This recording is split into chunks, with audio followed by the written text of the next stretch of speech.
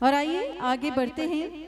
और अब बारी है हमारे जितने भी चीफ गेस्ट हैं, हमारे जितने भी मुख्य अतिथि हैं, उनको सम्मान करने का, उनको सम्मानित करने का। तो बढ़ते हैं आगे। और सबसे पहले मैं मंच पे आमंत्रित करना चाहूँगी हमारे डायरेक्टर मिस्टर नवजीत सिंह रावत जी को कि वो आए मंच पे। और ये जो सम्मान है लेडीज एंड जेंटलमैन, ये कोई आम सम्मान नहीं है। गांधी सेवा रत्न सम्मान 2021 से हमारे सभी अतिथियों का सम्मान किया जाएगा। और सबसे पहले जिसके लिए मैं सबसे पहले मंच पे आमंत्रित करती हूँ श्री गोरखनाथ जी का कि वो मंच पे आए। सर प्लीज एक बार जोरदार वाली तालियां होनी चाहिए सर के लिए। सेवा रत्न सम्मान 2021 से सर को सम्मानित किया जा रहा है। तालियां होनी चाहिए जोरदार वाली। मुझे पता है यहाँ बैठे बहुत सारे लोगों के हाथों में फोन है, काफी सारे लोग फोन में ही बिजी हैं। जिनके हाथ खाली हों उनसे रिक्वेस्ट है तालियां बजती रहनी चाहिए क्योंकि ये सम्मान की घड़ी है।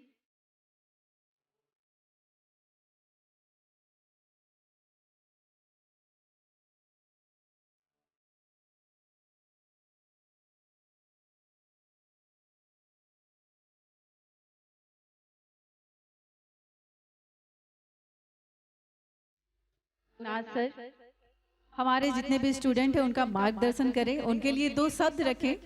एक बार जोरदार वाली तालियां होनी चाहिए सर के लिए।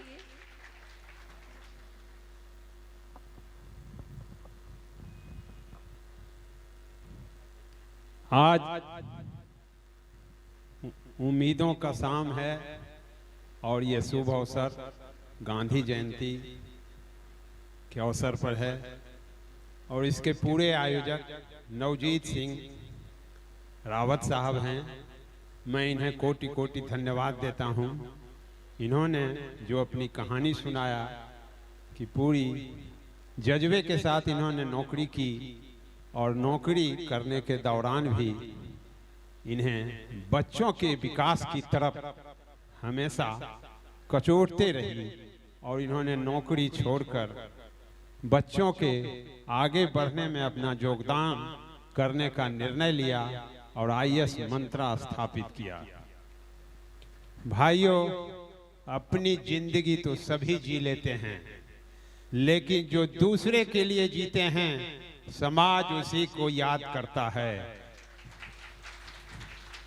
आने वाली पीढ़ी भी उसी को याद करता है।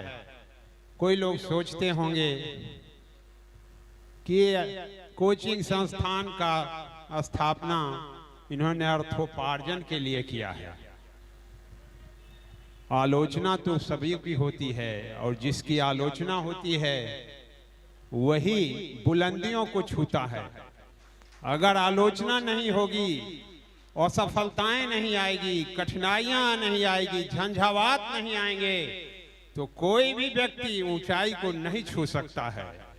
लेकिन इन्होंने दो तीन चीज जो अपने संबोधन में कहा कि किसी लड़की को एक कपड़ा था और गुरुकुल ने उसे कपड़ा दिया, किसी बच्चों को फीस देने के पैसे नहीं थे और उसे गुरुकुल ने सहायता दिया और आज वो बच्चा डिप्टी कलेक्टर है, रजिस्ट्रार है या रेवेन्यू ऑफिसर है।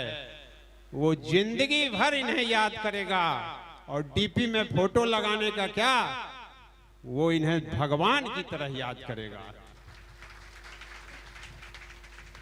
बच्चों, आगे बढ़ने का जज्बा सबों में है।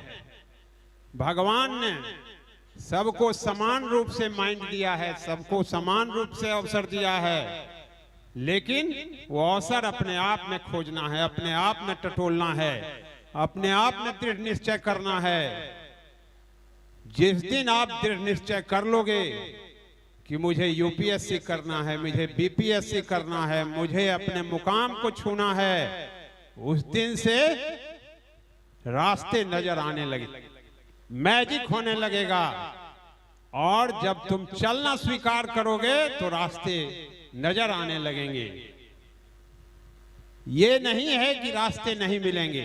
जब आप निर्णय लेते हैं तो उसके अनुसार प्लानिंग करते हैं और जब आप प्लानिंग करते हैं तो प्लानिंग के अनुसार एक्शंस लेते हैं। एक्शंस क्या है? मेहनत, आपका जज्बा, रात दिन एक ही दिशा में सोचते हैं। मैं भी अपने पढ़ने के दौरान के कुछ संस्मरण को आपसे शेयर करना चाहूंगा। मैं एक ग्रामीण बैकग्राउंड से आया था। गांव में पढ़ के बीए पास किया और पटना लॉ करने आया था। एलएलबी में एडमिशन लिया था और मुझे यह पता नहीं था कि यूपीएससी कैसे होता है, बीपीएससी कैसे होता है। लेकिन जब यहाँ घूमना शुरू किया तो लड़के को देखा कि यूपीएससी की तैयारी मैं कर रहा हूँ, मैं बीपीएससी का कर रहा हूँ। तो मैंने उसका सिलेबस उठा के देखा तो मैं कहा मैं भी इसे लिख सकता हूँ और मैंने दृढ़ निश्चय किया। उस दौरान गांव का पढ़ाई बहुत कमजोर हुआ करता था, लेकिन कुछ पार्ट्स उसके बहुत मजबूत हुआ करते थे, जैसे इंग्लिश, मैथ, साइंस, ये सब बहुत मजबूत हुआ करते थे। और उसी बैकग्राउंड से हमने आगे बढ़ा और 2 साल लगातार अपनी तैयारी किया और जितने भी परीक्षाएं दी उसमें सफलता हासिल की। ये नहीं सोचना चाहिए कि मैं किस बैकग्राउंड से आया हूं। आप जिस बैकग्राउंड से भी आए हो, आपने यदि निश्चय कर लिया कि मुझे पाना है तो तुम्हें मिल के रहेगा। और ऐसे मार्गदर्शक जिसके साथ हों उसका तो रास्ता और आसान हो जाता है। धन्यवाद बच्चों, आपकी सफलता पर हमें गर्व है। आपको मैं शुभकामना देता हूं। धन्यवाद।